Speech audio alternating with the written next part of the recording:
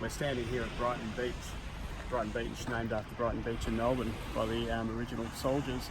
This was the intended landing spot for the Australian troops and New Zealand troops on 25th of April 1915, and it was intended that they would then march inland over reasonably undulating terrain, but not quite as rough as what they eventually landed on, and then make it to the town of Maidos, now known as Etiabat, where we were visiting just before.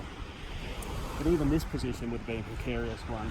Over there on that point, Kaba Tepe, is where there was a Turkish strongpoint, trenches, artillery pieces, machine gun fire and so on, that for the entire 8 months of the battle continually harassed the ANZAC position in the rear.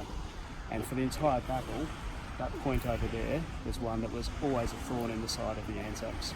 At one point in 1915, Captain Raymond Lien actually led a sort of almost what we would call today a commando attack. It wasn't really, it was a raid, and to try and actually subdue that point. It failed miserably, and for the rest of the time that ANZACs were here, they were constantly being harassed by cannon fire, artillery fire and machine gun fire.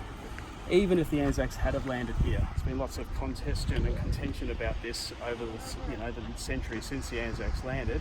There's the idea that the British landed us in the wrong spot. We landed up there, it was harder and everything. In reality, this position was defended quite well, so was Kaba Tepe. The landing would have failed dismally if they landed here.